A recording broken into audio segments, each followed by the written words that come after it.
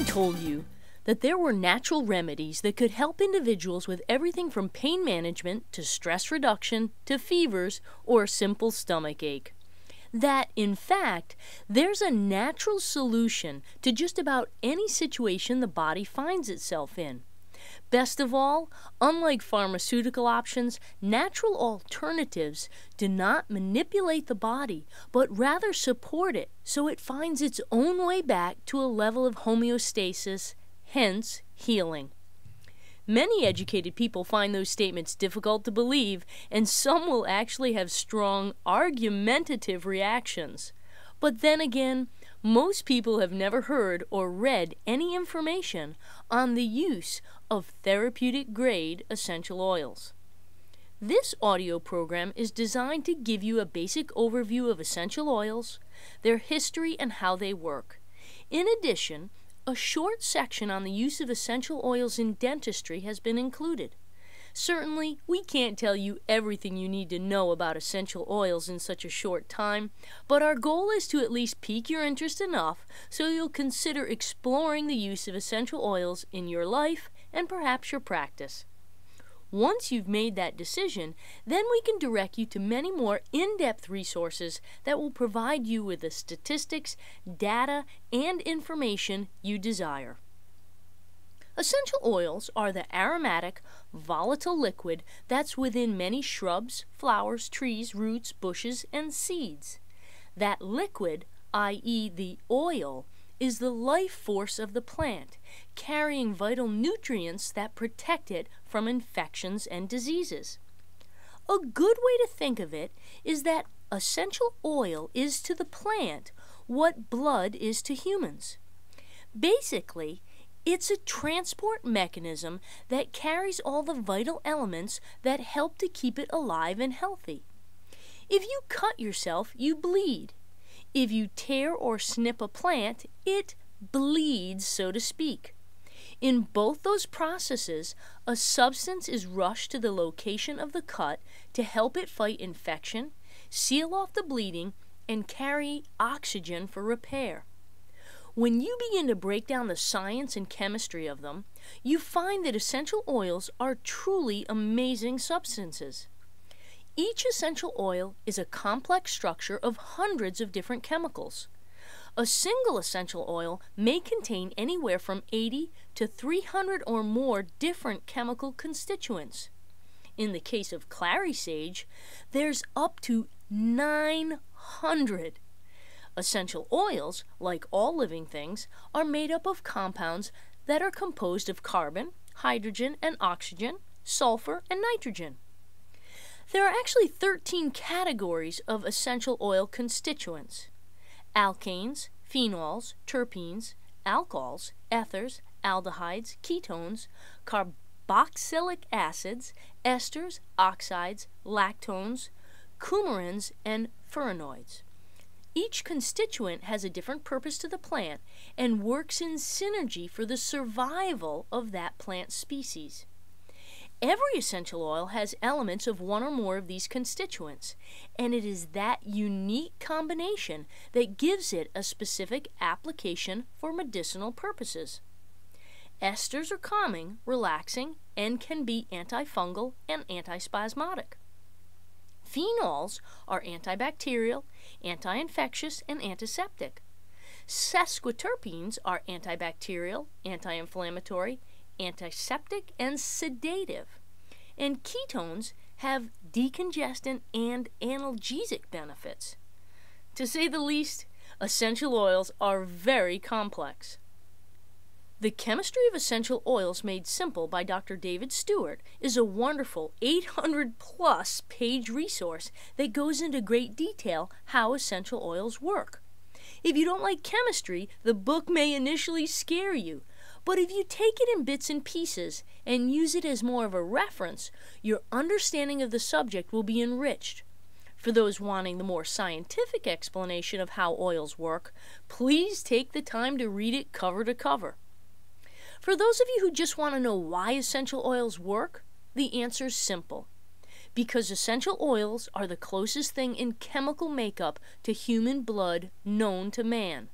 so they become transport mechanisms for the constituents that they carry. Once introduced into your cells, they have an effect on the body, and they're lipid soluble and therefore penetrate the cell membranes. For example, essential oils can stimulate the secretion of antibodies, neurotransmitters, endorphins, hormones, and enzymes. They can also increase the uptake of oxygen and can enhance circulation and immune function. Most importantly, because of their complexity, essential oils do not disturb the body's natural balance of homeostasis. If one constituent exerts too strong an effect, another constituent may block or counteract it. Synthetic chemicals, in contrast, usually have one action and often disrupt the body's homeostasis. Another interesting aspect about essential oils is their powerful immunity. As we've seen in recent years, certain viruses and bacteria create a resistance to antibiotics and other drugs. Because of the complexity of essential oils, combined with the fact that every harvest of oil is slightly different due to growing conditions, therefore a different chemical makeup every time, resistance is not an issue. Many people don't realize that pharmacology, as we know it today, has its roots in plants. Most medicines have an active ingredient that stimulates one or more constituents of a plant. One of the most common would be any type of topical pain cream, which utilizes the properties of menthol. Menthol is the key constituent in peppermint oil, accounting for up to 44% of the extracted material. The menthol in the products you buy at the pharmacy, though, is almost always chemically reproduced. References to the use of essential oils can be traced to Egyptian manuscripts as far back as 2800 BC. There are many hieroglyphics on the walls of Egyptian temples that depict the use of oils and their recipes. In fact, an Egyptian medical scroll dated 1550 BC outlines 877 different prescriptions using essential oils. The Bible also has hundreds of references to essential oils and scents, including the gifts brought to Jesus upon his birth, which included frankincense and myrrh. The book, Healing Oils, Healing Hands, gives a wonderful account of how oils were used during the time of Christ and why the people of that time placed a higher value than gold on certain oils because of their medicinal properties. History also tells us that the Greeks used essential oils. In the temples, there are recipes for a number of medicinal oils inscribed on marble tablets. Hippocrates, the famous Greek scholar, is quoted as saying, "The way to health is to have an aromatic bath and scented massage every day."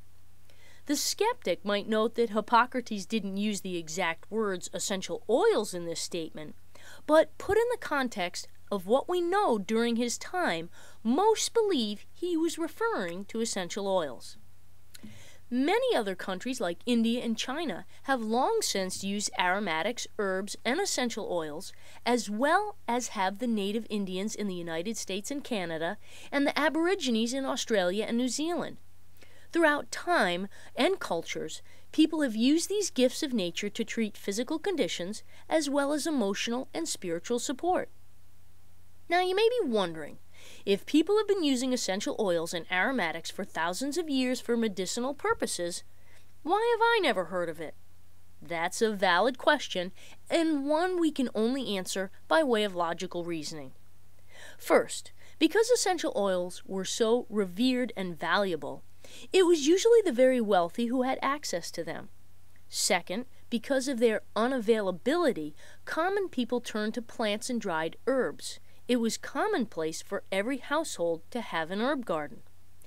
If you're old enough, you may remember your grandmother having one and making you a fresh cup of peppermint tea when you had a stomach ache. However, like sewing, baking, preserving, and other once common daily activities, Western society sped up and very few people today have any kind of garden, never mind growing their own herbs.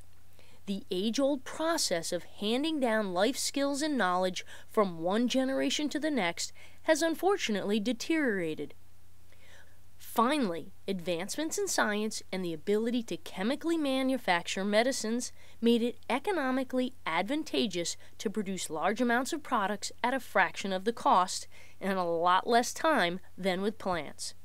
This also created the commercial motivation for manufacturers and whole industries to actively discredit competitors who offer alternatives like essential oils.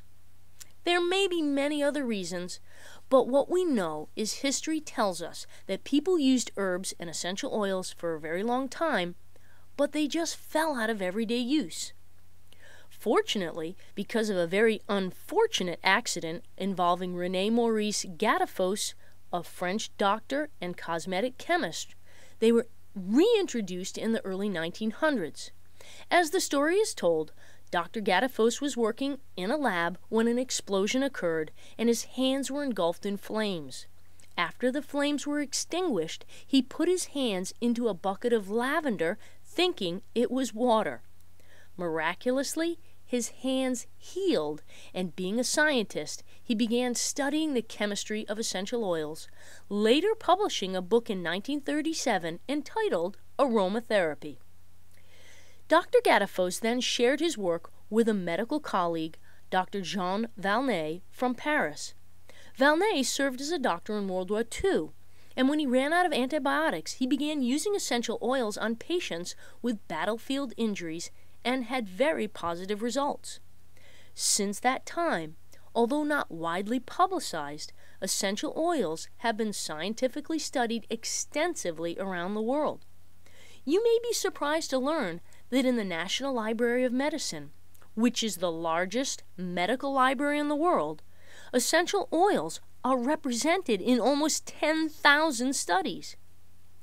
As it relates to dentistry, there are a variety of applications with essential oils.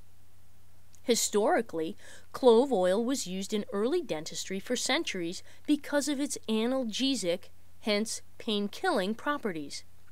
Science has since discovered that essential oils are not only analgesic, but also antiseptic, antimicrobial, anti-inflammatory, detoxifying, antifungal, and antibacterial.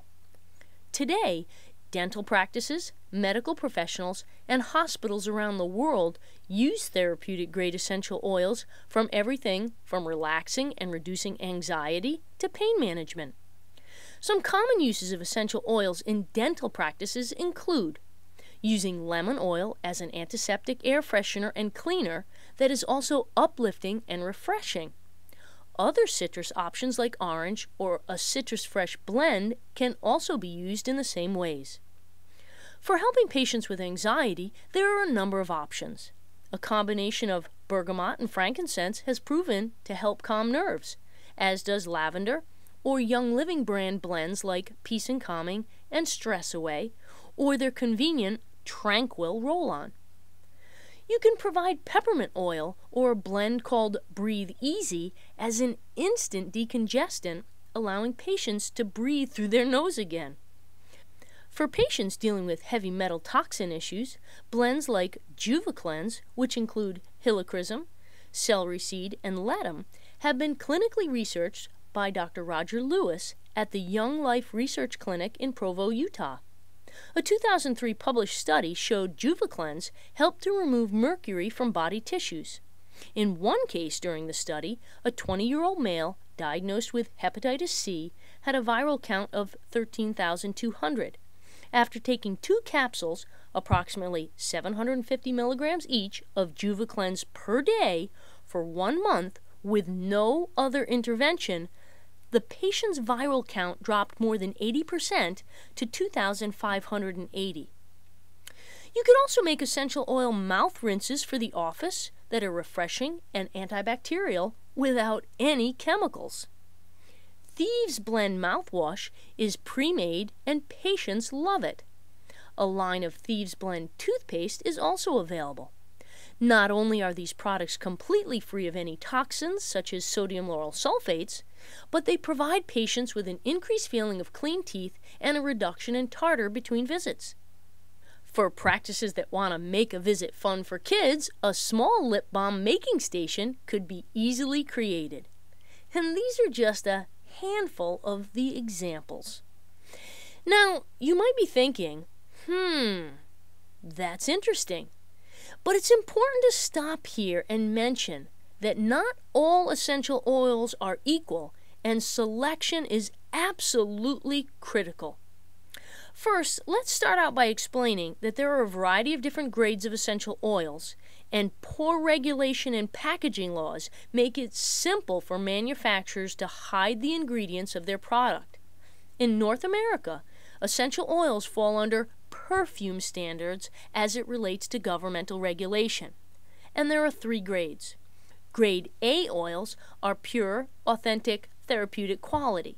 They're usually made from organically grown plants distilled at lower temperatures using steam distillation.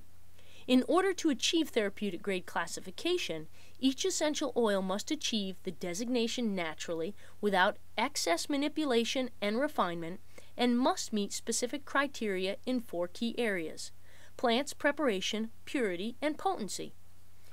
Grade B oils are food grade. These may contain synthetics, pesticides, fertilizers, extenders, or filler oils, all of which cause adulteration. Grade C oils are perfume grade and may contain the same type of adulterating chemicals as food grade. They usually contain solvents which are used to create more products with a small amount of actual oil.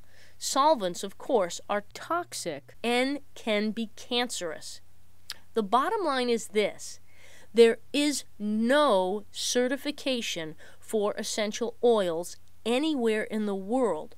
So you want to make sure that you are choosing the best oils and using a company that has absolutely no questionable standards in the creation and production of their product. Deciding that is easy. Knowing which oils are actually pure and meet such standards isn't so simple.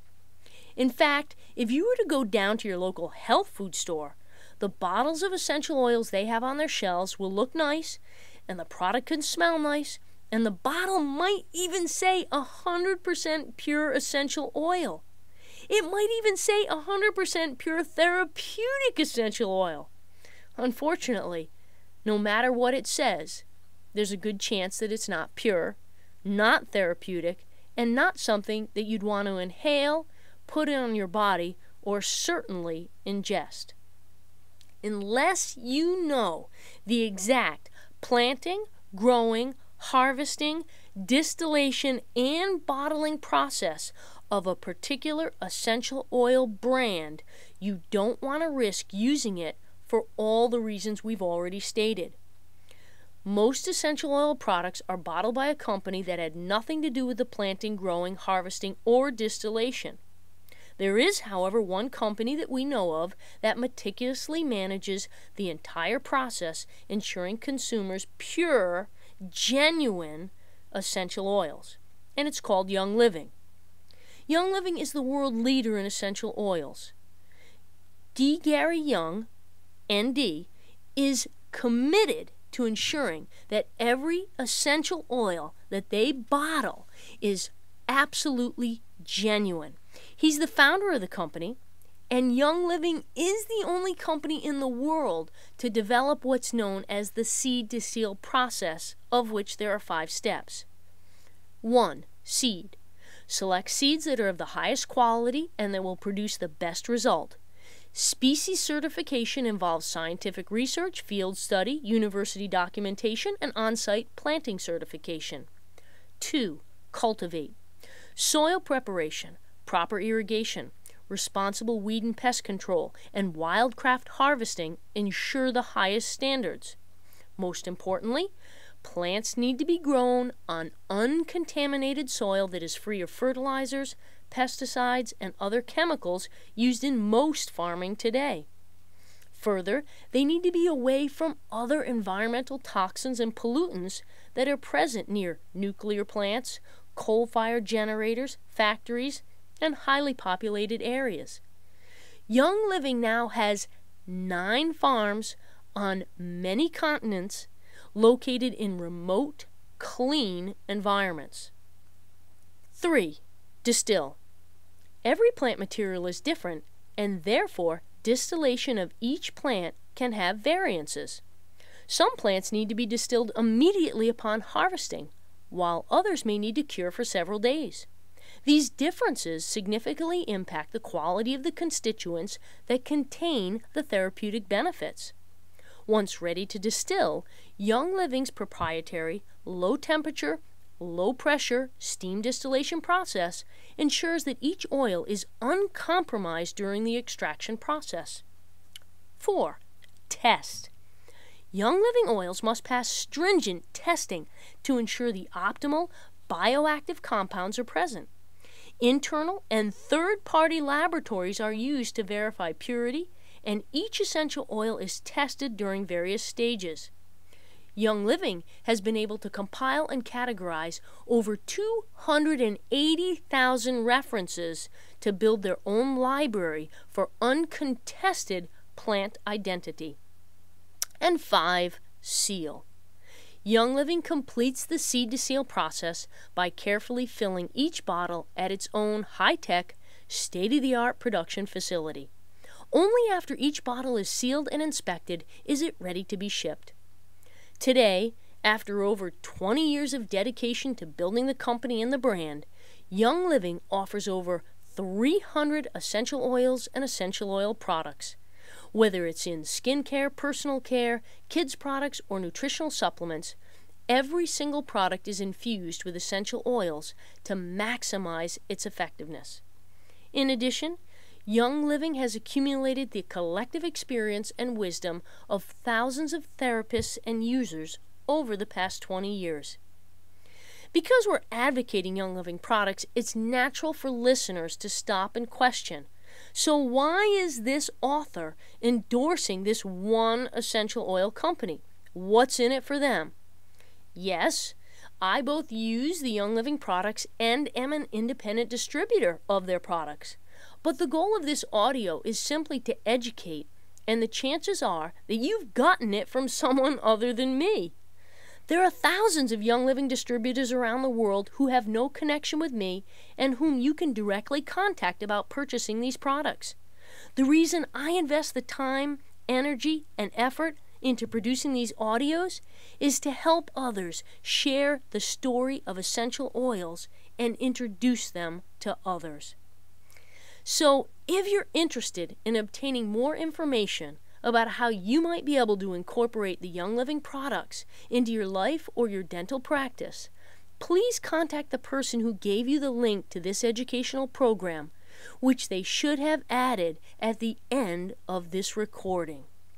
I thank you for your time and your interest in essential oils, and until next time, this is Casey Conrad, author of Vibrant Health Now, and I wish you good health.